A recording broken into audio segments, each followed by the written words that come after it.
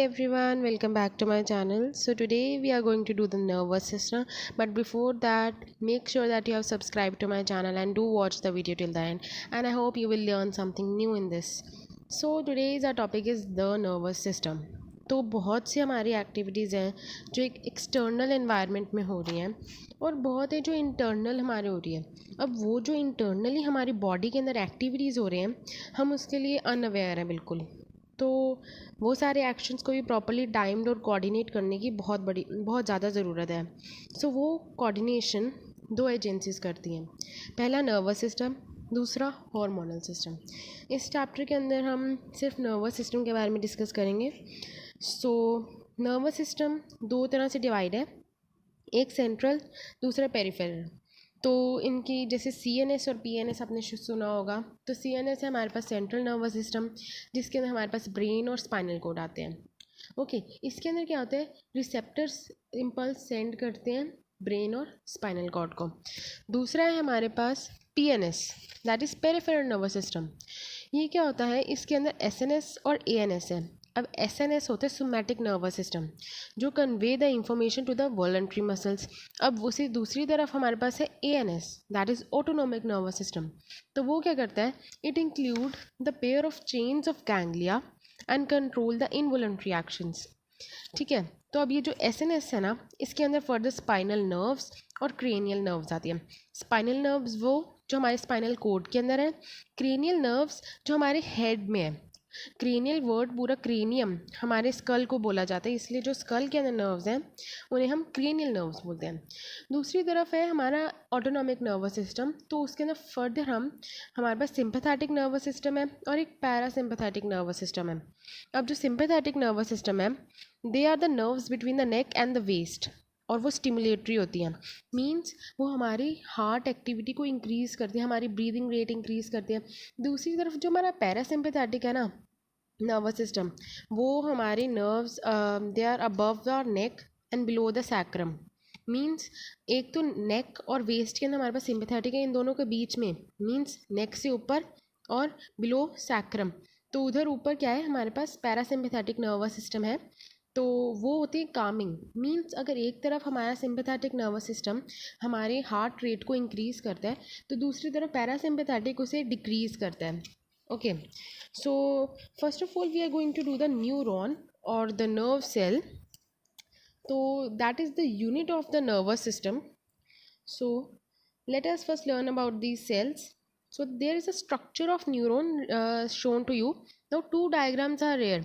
In the left you are shown that the cell body or the perikaryon is having some well defined nucleus in it and is surrounded by this granular cytoplasm.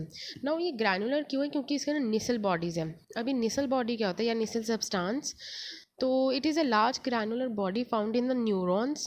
These granules are of rough endoplasmic reticulum. यार एक होता है smooth endoplasmic reticulum, एक होता है rough, ठीक है, with the rosettes of free ribosomes and are site of protein synthesis. अब अगर एंडोप्लाज्मिक रेटिकुलम के ऊपर राइबोसोम्स होते हैं तो वो रफ एंडोप्लाज्मिक रेटिकुलम बन जाता है। और राइबोसोम्स क्या होते हैं, it is a site of the protein synthesis. तो इसीलिए इधर जो निसल बॉडीज़ हैं वो प्रोटीन सिंथेसाइज करती हैं। अब आप देख लो इसकी थोड़ी थोड़ी प्रोजेक्शंस हैं। Now this is a cytoplasmic projections. Now they conduct the nerve impulse to the साइटोन।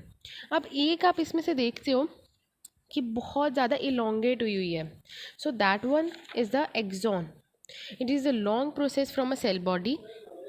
Okay, now in most neurons the axon is surrounded by a white insulating sheath called myelin, और ये myelin sheath further covered होती है न्यूरोलेमा और न्यूरोलेमा से। ठीक है, अब आपके पास कभी कभार वो बोलते हैं एक्सॉन हिलॉक। सो वो क्या होता है, junction between that cell body and the axon. तो उनके बीच में जो पूरा एक हमारे पास एक पूरा पार्ट है उसे हम एक्सॉन हिलॉक बोलते हैं। That you can see in the right diagram, that is blue in colour. Okay, अब हमारे पास एक डिफरेंस है साइनेप्टिक क्लेफ्ट्स और एक साइनैप्स में। अब ये साइनेप्टिक क्लेफ्ट्स क्या होती हैं, ये गैप होता है बिटवीन टू एक्सॉन टर्मिनल्स। पर जो साइनैप्स है that is a point of contact between the terminal branch. अभी there is a lot of difference, क्योंकि गैप को हम बोलते हैं साइनेप्टिक क्लेफ्ट और साइनैप्स बोलते हैं उसे point of point of contact को. Then we have a transmission of nerve impulse कि नर्व इम्पल्स ट्रांसमिट कैसे करते हैं. तो नॉर्मल स्टेट के अंदर दैट इज़ पोलराइज्ड. हमारे पास नेगेटिव जो होते हैं ना चार्ज, वो हमारे पास बाहर होते हैं. That you can see in the first कि नेगेटिव बाहर है और अंदर नेगेटिव अंदर है, सिर्फ पॉजिटिव बाहर है. पॉजिटिव Na+ और K+ आयन से होते हैं. so that is a resting position. Now this is due to the more Na+ ions concentration outside the axon membrane. Now on stimulation what happens is that the axon membrane at that point becomes permeable to sodium ions which move inwards and cause the loss of polarization. That is, it causes depolarization. That is the excited region. तो अब ये पहले आप diagram में देख सकते हो कि जो ग्रीन कलर से हमने दिखाया गया वो Na+ आयंस अंदर कंसनट्रेट हो गए हैं. ओके. नाउ फर्दर क्या होता है कि जो पॉइंट है ना हमारा डीपोलराइजेशन का, तो ये क्या होता है, ये स्टिमुलस बन जाता है for the next neighbouring area. तो इसीलिए फर्दर फिर हमारा डीपोलराइज होना शुरू हो जाता है. और जो पिछला है हमारे पास, नाउ दैट बिकम्स रीपोलराइजेशन होने लग जाते हैं क्योंकि एक्टिव ट्रांसपोर्ट ऑफ Na+ जो आयन्स है वो अगेन बाहर होने लग जाते हैं due to ATP, that is adenosine triphosphate. अब इस चीज़ को जो पंप हम सोडियम आयंस को बाहर पंप कर रहे हैं by using a energy that is ATP, इसे हम बोलते हैं sodium pump. Okay. So now we have that in this whole transmission we have depolarization followed by a repolarization. Then we have is the speed of electricity more than the speed of nerve impulse? Yes, it is. And there is one more difference, that in the electricity electrons move in the wire, while in nerve impulse we cannot compare this nerve impulse and electricity as same, because in nerve impulse there is no movement of any substance or ions along the nerve fiber. Then we have is the synapse. So at synapse what happens is the nerve impulse jumps into the next neuron, and this is a chemical process. As the impulse reaches the terminal end of the axon, a chemical that is acetylcholine. अब acetylcholine क्या neurotransmitter है which is stored in the bulb-like portions of the axon. अब आप देखोगे कि axon के end में bulb-like portions होते हैं, उसके अंदर हमारे पास क्या होते हैं, ये न्यूरोट्रांसमीटर्स स्टोर्ड होते हैं. नाउ अब जैसे जैसे इम्पल्स आगे रीच हुई, तो जैसे वो टर्मिनल में पहुंची, so this acetylcholine that is a neurotransmitter is released and this sets a new impulse in the dendrite of another, that is the next neuron. Now the chemical is soon broken down. Now why? It is broken down by enzyme so that the synapse is ready for the next transmission. क्योंकि synapse जो है, जो transmission होनी है वो हमारे सिर्फ एक केमिकल के फॉर्म में, दैट इज न्यूरोट्रांसमीटर के फॉर्म में ही ट्रांसमिट हो सकती है. Okay. So then we are having the type of neurons. So what happens is that we have 3 types of neurons, that is sensory, motor and association. Now sensory क्या होता है, ये क्या करते हैं, फ्रॉम रिसेप्टर टू ब्रेन, इसकी ये movement होती है. ये रिसेप्टर से इम्पल्स लेके स्पाइनल कोड या ब्रेन तक पहुंच जाती है. अब फर्दर मोटर न्यूरॉन क्या करता है हमारा, वो CNS that is central nervous system, जो ब्रेन और स्पाइनल कोड इंक्लूड करते हैं, वो अब ब्रेन से फर्दर इफेक्टर में जाता है. ठीक है. और एसोसिएशन क्या करता है, इन दोनों को कनेक्ट करता है, means it is located in the spinal cord and the brain. It interconnect sensory and the motor neurons. No overall हमारे पास क्या हुआ कि सेंस ऑर्गन से CNS से मसल्स. अब सेंस ऑर्गन्स से जो CNS ज्वाइन करे that is via sensory neuron, and CNS के अंदर it is connected by the association neuron to a motor neuron, and in CNS we have brain and spinal cord. तभी इसे हम connecting neuron भी बोलते हैं, association neuron को. अब फर्दर CNS से मसल्स दैट इज इफेक्टर के लिए मोटर न्यूरॉन कनेक्ट करती हैं. Then we are having a nerve. अब नर्व क्या है, it is a bundle of nerve fibres. अब नर्व फाइबर हमारा न्यूरॉन नहीं है, बट न्यूरॉन का एक पार्ट है, that is axon. Okay. Now what happens is this many axons or the nerve fibers, they are bundled together and of a separate neuron, separate के होते हैं, and they are enclosed in a tubular sheath. Okay. Then what happens is that they are insulated by a myelin sheath which prevents the intermixing of the nerve fibers. Now here you can see the whole flow chart of the nervous system, how it's divided. The central nervous system includes the brain and the spinal cord. The peripheral nervous system includes the SNS, that is somatic nervous system or the autonomic nervous system, and further which are divided as spinal nerves and cranial nerves of the SNS, and in ANS as SNS, that is sympathetic nervous system and parasympathetic nervous system. Then we are having the kind of nerves. Now what happens is कि जैसे हमारे पास neuron divided हैं 3 types के अंदर, उसी तरह nerves भी divided हैं. So we are having sensory nerves. Now sensory nerves मतलब इसके अंदर सिर्फ सेंसरी न्यूरॉन्स हैं, वही सेंस ऑर्गन से CNS कनेक्ट करते हैं. लाइक ऑप्टिक नर्व हमारे ब्रेन, हमारे आईज से होके ब्रेन के अंदर एंड करती है. दूसरी है हमारे पास मोटर. अब इसके अंदर सिर्फ मोटर फाइबर्स होते हैं. So it connects from CNS to the effector organs like nerve rising from the brain and supplying to the muscles of the eyeball for rotating. Then is mixed, जिसके अंदर sensory और motor दोनों होती हैं. जैसे हमारे पास स्पाइनल कॉर्ड है. Okay, so overall हमारे पास क्या बनती है, जैसे आई से ब्रेन एंड वापस हम नीचे स्पाइनल कॉर्ड और फिर वापस ब्रेन से आई. सो आई से ब्रेन हमें कनेक्ट करता है optic nerve, that is sensory fibres हैं इसके अंदर. और फिर ब्रेन वापस इम्पल्स भेजता है हमारा वापस आई की मसल्स को कि रोटेट करो, तो वो मोटर फाइबर से कनेक्टेड है.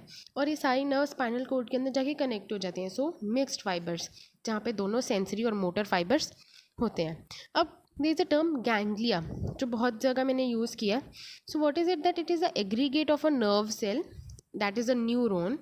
अब बहुत बच्चे नेफ्रॉन और न्यूरॉन के अंदर कंफ्यूज होते हैं. जो न्यूरॉन है वो हमारा ब्रेन का बेसिक यूनिट है, और जो नेफ्रॉन है वो किडनी का बेसिक यूनिट है. Okay, so ganglia is a aggregate of a nerve cell from which nerve fibers, that are the bundle of the axons of different neurons, हमने अभी अभी कहे जिसके 3 types भी हैं, may arise or enter into. Then we are having the human brain. Now there is a fact that human brain is the largest among all animals, and it weighs about 1.35 kg, which constitute about the 2% of the total weight.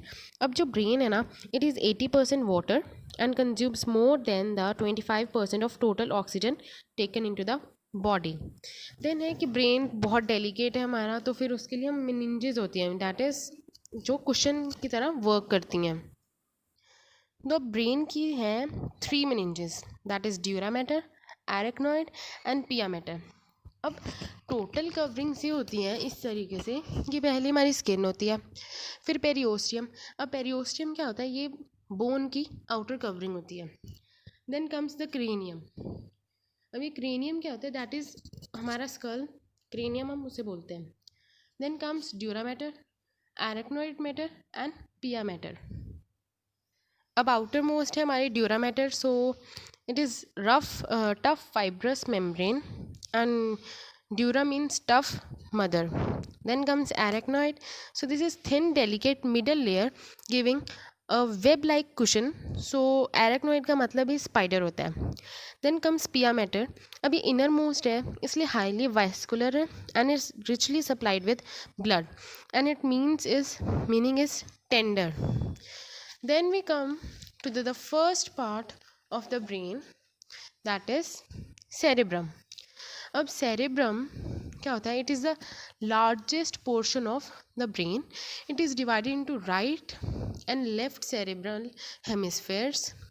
Now what happens is कि ये दोनों जो है ना, इसका एक inner part होता है, दैट इज़ इनर मेड्यूला, और एक आउटर कॉर्टेक्स होता है.